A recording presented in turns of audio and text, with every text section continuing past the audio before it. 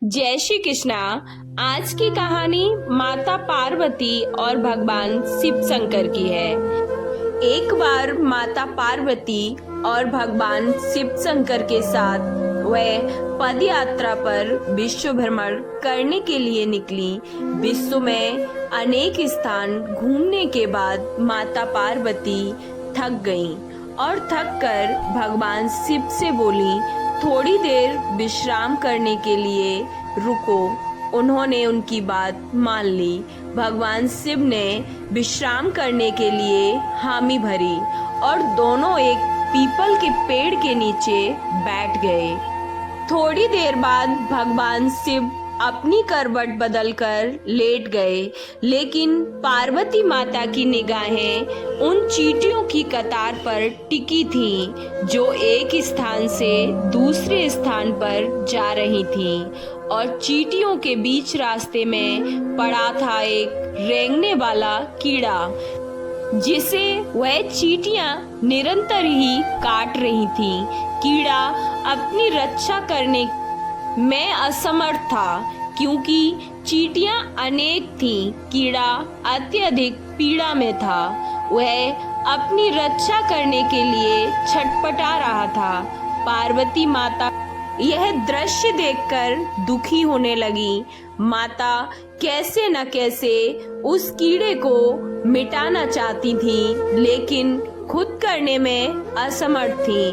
तो पार्वती माता ने कीड़े को इस समस्या से निजात दिलाने के लिए भगवान शिव से प्रार्थना की। भगवान शिव ने जब खड़े होकर उस कीड़े को देखा तो उन्होंने पार्वती माता को समझाया कि इस पर अपना ध्यान मत दो। यह किसी पीड़ा में नहीं, अपितु अपने कर्मों का फल भोग रहा है। लेकिन माता पार्वती अपने कोमल हृदय से इस कठोर और पीड़ादायक दृश्य को देखकर काफी दुखी थी।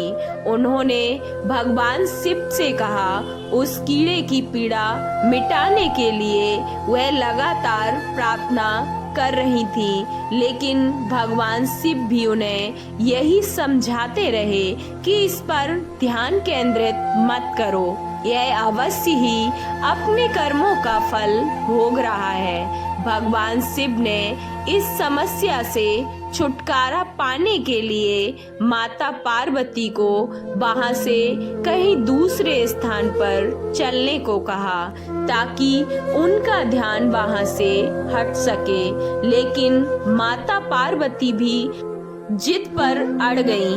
वह बोली, जब तक इसकी पीड़ा नहीं मिटेगी मैं यहाँ से नहीं जाऊंगी। अब भगवान शिव को त्रियाहट के आगे मजबूर होना पड़ा और उस कीड़े की पीड़ा मिटानी पड़ी।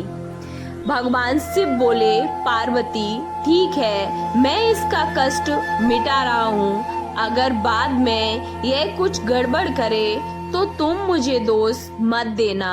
माता पार्वती ने कहा, ठीक है महाराज, पहले आप इसका कष्ट मिटाएं। फिर भगवान शिव ने अपनी शक्तियों से उस कीड़े को राजा और चींटियों को प्रजा और उनके लिए एक बहुत ही सुंदर नगरी बना दी, जिसमें राजा का आलीशान महल था।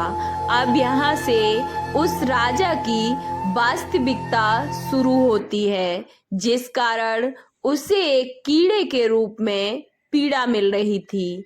अब जब सब कुछ बनकर तैयार हो गया था, तब भगवान शिव ने उस राजा से कहा, जो पहले कीड़ा था, भाई अब तू अपना राजपाट संभाल, हम चलते हैं। लेकिन राजा अपने व्यवहार से बड़ा ही घमंडी और एक चरित्रहीन व्यक्ति निकला।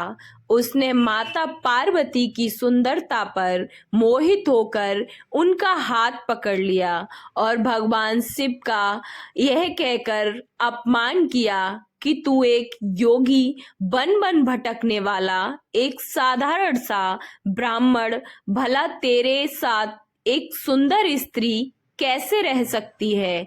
इसकी जगह तो मेरे महल में है, जिसे मैं अपनी रानी बनाऊंगा। इतनी सुंदर स्त्री एक राजा की रानी ही बन सकती है, ना कि एक साधारण से योगी की, जिसे ना अपनी आज का पता है न कल का पता है। अब मेरी बात तू सुन और यहाँ से चुपचाप चला जा, यह तो मेरी रानी बनेगी। भगवान शिव ने राजा को बहुत समझाने की कोशिश की और बोले, यह मेरी पत्नी है, तू अपना राजपाट संभाल, तुझे हजारों रूपवती मिल जाएंगी। भगवान शिव ने उसे खूब समझाने की कोशिश की, लेकिन राजा अपनी जिद पर अडिग था। तो भगवान शिव ने कहा, ठीक है राजा, तुम इसे भी अपनी रानी बना लो, मैं तो चलता हूँ। यह बात सुनते ही माता पार्वती भगवान शिव के चरणों में गिर गईं और बोली, स्वामी आप मुझे इस दुविधा में छोड़कर कैसे जा सकते हैं? अब भगवान शिव बोले, पार्वती, मैंने तुम्हें पहले ही कहा था कि मैं इसका कष्ट मिटा दूंगा, लेकिन बाद में अगर यह कुछ गड़बड़ करता है तो मुझे दोष मत देना। माता पार्वती बोली, हे नाथ, मुझे क्षमा करो, मैं जो कर्म सिद्धांत को नहीं समझ सकी, अब मैं समझ गई। यह घमंडी और चरित्रहीन मानव अपने पिछले जन्म के कर्मों का फल भोग रहा था। इस कुरूप मानव ने अवश्य ही अपने जीवन में अनंत पाप किए होंगे, जिसका दंड इसे इस कीड़े के रूप में भोगना पड़ रहा था। भगवान शिव प्रसन्न हुए कि चाहे पार्वती ने जिद करके ही इसका कष्ट मिटाना चाहा, परंतु अब वह सिद्धांत को समझ चुकी थी। फिर भगवान शिव ने अपनी शक्तियों से परिस्थितियां पहले जैसी कर दी। राजा को वही कीड़ा और प्रजा को वही चींटियां बनाकर उनके कर्म सिद्धांत को उसके हाल पर छोड़ दिया।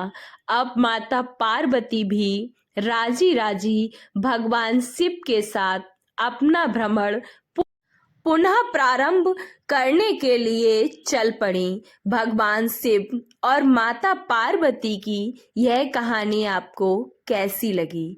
अच्छी लगी तो कमेंट बॉक्स में ओम शिव हरि जरूर लिखें। वीडियो को लाइक, चैनल को सब्सक्राइब करना ना भूलें।